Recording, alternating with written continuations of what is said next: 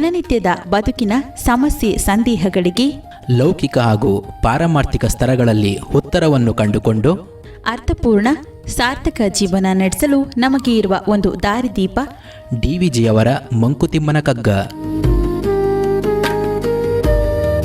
ಕನ್ನಡದ ಭಗವದ್ಗೀತೆ ಎಂದು ಪ್ರಸಿದ್ಧವಾದ ಈ ಜ್ಞಾನ ಭಂಡಾರದ ಅನಾವರಣವೇ ನಿತ್ಯದ ಬದುಕಿಗೆ ಕಗ್ಗದ ಬೆಳಕು.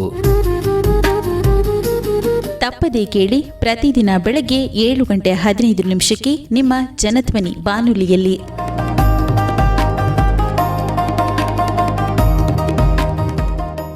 ಆತ್ಮೀಯ ಶ್ರೋತೃಗಳಿಗೆ ನಮಸ್ಕಾರ, ಸುಪ್ರಭಾತ.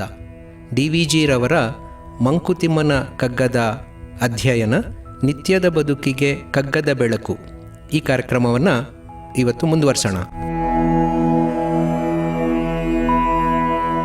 ಬೆಳೆ ಹೊಳಪು ವಿಕಸನ, ಬೆಳೆ ಹೊಳಪು ವಿಕಸನ, ವಿಕಾರ ಸಂಭ್ರಮಗಳಲ್ಲಿ, ವಿಕಾರ ಸಂಭ್ರಮಗಳಲ್ಲಿ, ಬೆಳಕು ವೇಗಗಳೆನಿಪ, ಬೆಳಕು ವೇಗಗಳೆನಿಪ, ಕಾಲ ದಿಕ್ಕುಗಳ, ಕಾಲ ದಿಕ್ಕುಗಳ, ಚಲನೆಯಲ್ಲಿ ವಿಶ್ವ, ಚಲನೆಯಲ್ಲಿ ವಿಶ್ವ, ಸಂಮೋಹನಗಳೆಲ್ಲವಾ, ಸಂಮೋಹನಗಳೆಲ್ಲವ, ವಿಲಸಿತವು ಬೊಮ್ಮನದು ಮಂಕುತಿಮ್ಮ.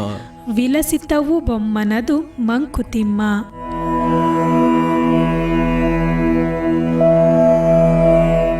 ಹಿಂದಿನ ಮುಕ್ತಕದಲ್ಲಿ ನಾವು ವಿರಾಟ್ ವ್ಯಕ್ತಿಯ, ವಿರಾಟ್ ಪುರುಷನ ಲಕ್ಷಣ ಏನು ಒಂದಷ್ಟು ನೋಡಿದ್ವಿ.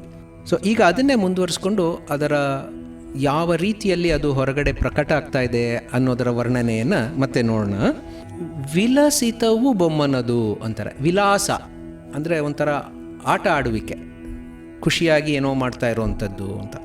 ಸೊ ಆ ವಿಲಾಸ ಲೀಲೆ ಪರಬ್ರಹ್ಮನದು ಯಾವ ರೀತಿಯಲ್ಲಿದೆ, ಆ ವಿರಾಟ್ ಪುರುಷನದು ಅಂತಂದರೆ ಸಂಭ್ರಮಗಳಂತೆ. ಸಂಭ್ರಮಗಳು, ಸೆಲಿಬ್ರೇಷನ್ಸ್. ಯಾವ ರೀತಿಯ, ಯಾವ ರೂಪದಲ್ಲಿ ಸೆಲಿಬ್ರೇಷನ್ಸ್ ಅಂದರೆ ಬೆಳೆ ಹೊಳಪು ವಿಕಸನ ವಿಕಾರಗಳು. ಈ ಬೆಳೆಯುವಂಥದ್ದು ಅದು ನಮಗೆಲ್ಲ ಸುಲಭವಾಗಿ ಅರ್ಥ ಆಗುತ್ತೆ. ಒಂದು ಬೀಜವನ್ನು ನಾವು ನೆಲದಲ್ಲಿ ಹಾಕಿದರೆ ಅದು ಆ ಭೂಮಿಯಲ್ಲಿರೋಂಥ, ನೀರಿನಲ್ಲಿರೋಂಥ, ಸೂರ್ಯನ ಕಿರಣಗಳಲ್ಲಿರೋಂಥ ಎಲ್ಲ ಶಕ್ತಿಯನ್ನು, ರಸಗಳನ್ನು ಹೀರ್ಕೊಂಡು ಮೊಳಕೆಯಾಗುತ್ತೆ. ಆ ಮೊಳಕೆ ಸಸಿಯಾಗಿ ಬೆಳೆಯುತ್ತೆ, ಮರವಾಗುತ್ತೆ, ಗಿಡವಾಗುತ್ತೆ. ಅದೆಲ್ಲ ಆದ ನಂತರ ಆ ಗಿಡ ಅಥವಾ ಮರದಲ್ಲಿ ಒಂದು ಬಹಳ ಸ್ವಾರಸ್ಯಕರವಾದಂಥದ್ದು ಏನಪ್ಪ ಸೃಷ್ಟಿಯ ರಹಸ್ಯ ಅಂತಂದರೆ, ಬೀಜದ ರೂಪದಲ್ಲಿ ಯಾವುದು ಮೊದಲು ಪ್ರಾರಂಭ ಆಯಿತೋ ಆ ಗಿಡದ ತಲೆಯಲ್ಲಿ ಕಿರೀಟ ಒಂದು ಬರುತ್ತೆ, ಅದೇನು ತೆನೆ. ಆ ತೆನೆಯ ತುಂಬ ಅದೇ ಥರದ ಬೀಜಗಳು. ಸೊ ಹಾಗೆ ಬೆಳೆಯ ಸಂಭ್ರಮ. ಈಗ ಆ ಪ್ರತಿಯೊಂದು ಬೀಜವೂ ಕೂಡ ತೆನೆಯಿಂದ ಹೊರಬಂದ ನಂತರ ಮತ್ತೆ ಇದೇ ಚಕ್ರಕ್ಕೆ ಆದಿಯನ್ನು ಉಂಟು ಮಾಡ್ತವೆ. ಅದು ಕೂಡ ಬೀಜವಾಗುತ್ತೆ, ಮೊಳಕೆ ಆಗುತ್ತೆ, ಗಿಡವಾಗುತ್ತೆ, ತೆನೆ ಬರುತ್ತೆ. ಸೊ ಹೀಗೆ ಆ ಬೆಳೆಯಲ್ಲಿ ಸಂಭ್ರಮವನ್ನು ನಾವು ನೋಡ್ತೀವಿ. ಹೊಳಪು ಹಾಗೆ ಪ್ರಕಾಶಮಾನವಾದಂಥದ್ದು. ಆ ಪ್ರಕಾಶ ಜಾಸ್ತಿ ಆಗ್ತಾ ಹೋಗುತ್ತೆ, ಕಡಿಮೆ ಆಗುತ್ತೆ. ನಾವು ತಾರೆಗಳ ಇದನ್ನೆಲ್ಲ ನಕ್ಷತ್ರಗಳನ್ನು ನೋಡ್ತೀವಿ. ನಕ್ಷತ್ರಗಳಿಗೂ ಒಂದು ಲೈಫ್ ಸೈಕಲ್ ಅಂತಿದೆ. ಮೊದಲು ಡಿಮ್ ಆಗಿರುತ್ತೆ, ಆಮೇಲೆ ಬೆಳಕು ಜಾಸ್ತಿ ಆಗ್ತಾ ಹೋಗುತ್ತೆ. ಸೊ ಹೀಗೆ there is a life cycle of stars ಅಂತ ಹೇಳ್ತೀವಿ. ವಿಕಸನ, ಇದರ ಜೊತೆ ಈ ಬೆಳಕು ಹೆಚ್ಚಾಗ್ತಾ ಹೋಗ್ತಾ, ಪ್ರಕಾಶ ಹೆಚ್ಚಾಗ್ತಾ ಆಗ್ತಾ ವಿಕಸನವು, ಅದರ ಗಾತ್ರವು ಕೂಡ ವಸ್ತುಗಳದ್ದು ಜಾಸ್ತಿ ಆಗ್ತಾ ಹೋಗೋದನ್ನು ನೋಡ್ತೀವಿ. ಇನ್ನು ವಿಕಾರ, ವಿಕಾರ ಅಂತಂದರೆ ಸಂಸ್ಕೃತದಲ್ಲಿ ಬದಲಾವಣೆ ಅಂತ. ಬದಲಾವಣೆ ನಮ್ಮ ಉಪನಿಷತ್ತುಗಳ ಪರಿಕಲ್ಪನೆಯಲ್ಲಿ 6 ರೀತಿಯ ಬದಲಾವಣೆಗಳನ್ನು ಹೇಳಿದ್ದಾರೆ. ಷಟ್ ವಿಕಾರಗಳು ಅಂತ. ಷಟ್ವಿಕಾರಗಳು ನಶ್ವರ ಜಗತ್ತಿನ ಒಂದು ವಿಶೇಷತೆ, ಕ್ಯಾರೆಕ್ಟರಿಸ್ಟಿಕ್ ಆಫ್ ಟ್ರಾನ್ಸಿಯಂಟ್ ಲೈಫ್. ಅಂದರೆ ಯಾವುದು ಶಾಶ್ವತವಲ್ಲವೋ, ಶಾಶ್ವತವಾದಂಥದ್ದನ್ನು ನಾವು ಭಗವಂತನ ಒಂದು ಪರಿಕಲ್ಪನೆಯನ್ನು ಮಾಡ್ತೀವಿ. ಶಾಶ್ವತ ಅಂತಂದರೆ ಅದು ಪರಮಾತ್ಮ. ಜೀವ ರೂಪದಲ್ಲಿರುವಂಥದ್ದೆಲ್ಲದಕ್ಕೂ ಈ ಷಟ್ ವಿಕಾರಗಳು ಬರ್ತವೆ. 6 ರೀತಿಯ ಬದಲಾವಣೆಗಳು ಬರ್ತವೆ. ಯಾವುದು ಅದು 6 ರೀತಿಯ ಬದಲಾವಣೆಗಳು ಅಂತಂದರೆ, ಅಸ್ಥಿ ಅದಿದೆ, ಜಾಯತೆ ಅದು ಹುಟ್ಟುತ್ತೆ, ಹುಟ್ಟಿದ ನಂತರ ವರ್ಧತೆ ಬೆಳೆಯುತ್ತೆ, ಬೆಳೆದ ನಂತರ ವಿಪರಿಣಮತಿ ಅಂದರೆ ಮಾಡಿಫೈ ಆಗುತ್ತೆ, ಅದು ರೂಪಾಂತರಗೊಳ್ಳುತ್ತೆ. ಚಿಕ್ಕದಾಗಿದ್ದು ಬೆಳೆದ್ರೆ ಬರೀ ದೊಡ್ಡದು ಹಾಗೇ ಇರಲ್ಲ. ಮೊದಲಿದ್ದಿದ್ದ ಮೂಗು ಇವಾಗ ಶೇಪ್ ಸ್ವಲ್ಪ ಚೇಂಜ್ ಆಯಿತು, ಮೊದಲಿದ್ದಿದ್ದ ಒಂದು ಕೊಂಬೆ ಈಗ ಶೇಪ್ ಸ್ವಲ್ಪ ಚೇಂಜ್ ಆಯಿತು. ಸೊ ವಿಪರಿಣಮತೆ, ಅದರ ರೂಪ ಹೊರಗೆ ಒಳಗೆ ಎರಡೂ ಬದಲಾಯಿತು.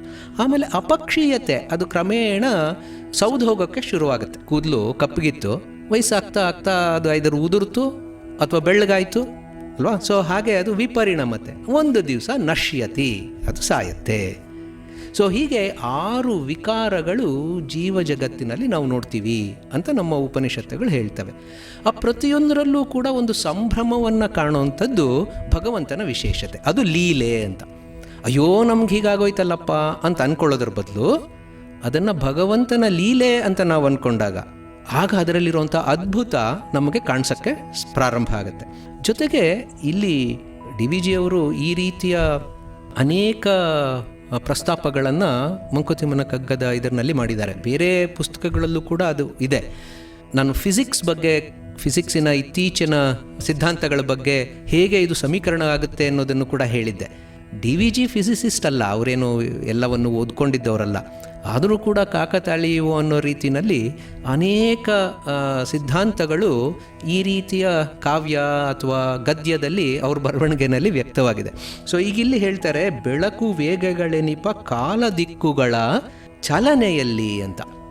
ಸೊ ಇದು ಕೂಡ ಇವತ್ತಿನ ದಿನದಲ್ಲಿ ಸಂಶೋಧನೆಗೆ ಒಂದು ಬಹಳ ಸ್ವಾರಸ್ಯಕರ ಅಂತ ಅನ್ನಿಸ್ಕೊಳ್ಳೋವಂಥ ಫಿಸಿಕ್ಸಿನ ಒಂದು ಭಾಗ.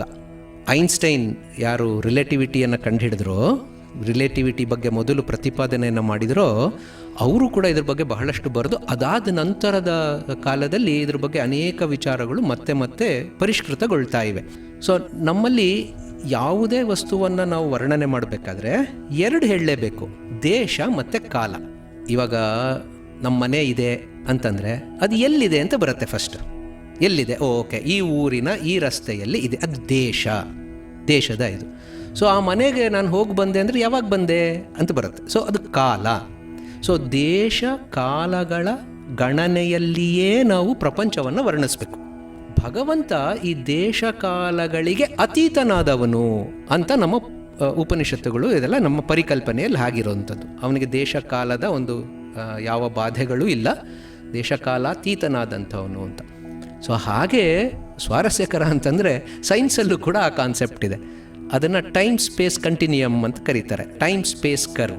ಈ ಜಾಗದಲ್ಲಿ ನಿರ್ದಿಷ್ಟವಾಗಿ ಇಂತಿಷ್ಟು ಸಮಯಕ್ಕೆ ಈ ಘಟನೆ ನಡೆಯಿತು ಅಂತ ಸಾಮಾನ್ಯವಾಗಿ ನಾವು ಹೇಳಬಹುದು.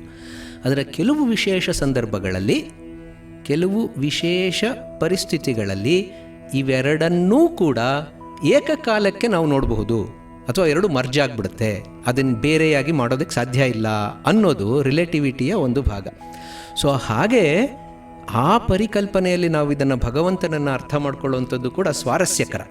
ಆದರೆ ನಮ್ಮ ಮಟ್ಟಕ್ಕೆ ನಾವು ನೋಡಿದಾಗ ಈ ಎಲ್ಲ ದೇಶ ಕಾಲಗಳ ವರ್ಣನೆ ಏನಿದೆಯೋ, ದೇಶ ಕಾಲಗಳ ವಿಂಗಡಣೆ ಏನಿದೆಯೋ, ಅದರ ಆಧಾರದ ಮೇಲೇ ಎಲ್ಲ ನಮ್ಮ ಜೀವನ ನಡೀತಾ ಇರುವಂಥದ್ದು. ಈಗ ಚಲನೆಯಾಗ್ತಾ ಇದೆ, ಮೂವ್ಮೆಂಟ್.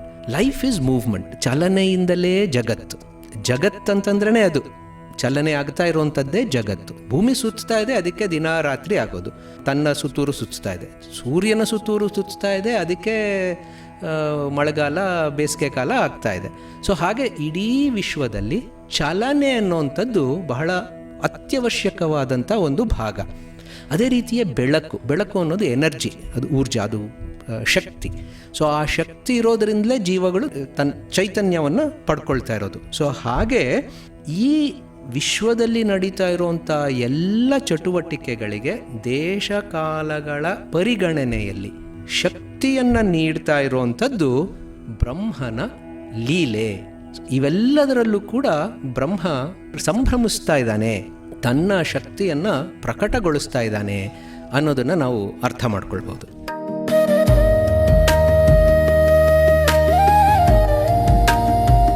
ದಿನನಿತ್ಯದ ಬದುಕಿನ ಸಮಸ್ಯೆ ಸಂದೇಹಗಳಿಗೆ ಲೌಕಿಕ ಹಾಗೂ ಪಾರಮಾರ್ಥಿಕ ಸ್ತರಗಳಲ್ಲಿ ಉತ್ತರವನ್ನು ಕಂಡುಕೊಂಡು ಅರ್ಥಪೂರ್ಣ ಸಾರ್ಥಕ ಜೀವನ ನಡೆಸಲು ನಮಗೆ ಇರುವ ಒಂದು ದಾರಿದೀಪ ಡಿ ವಿ ಜಿಯವರ ಮಂಕುತಿಮ್ಮನ ಕಗ್ಗ.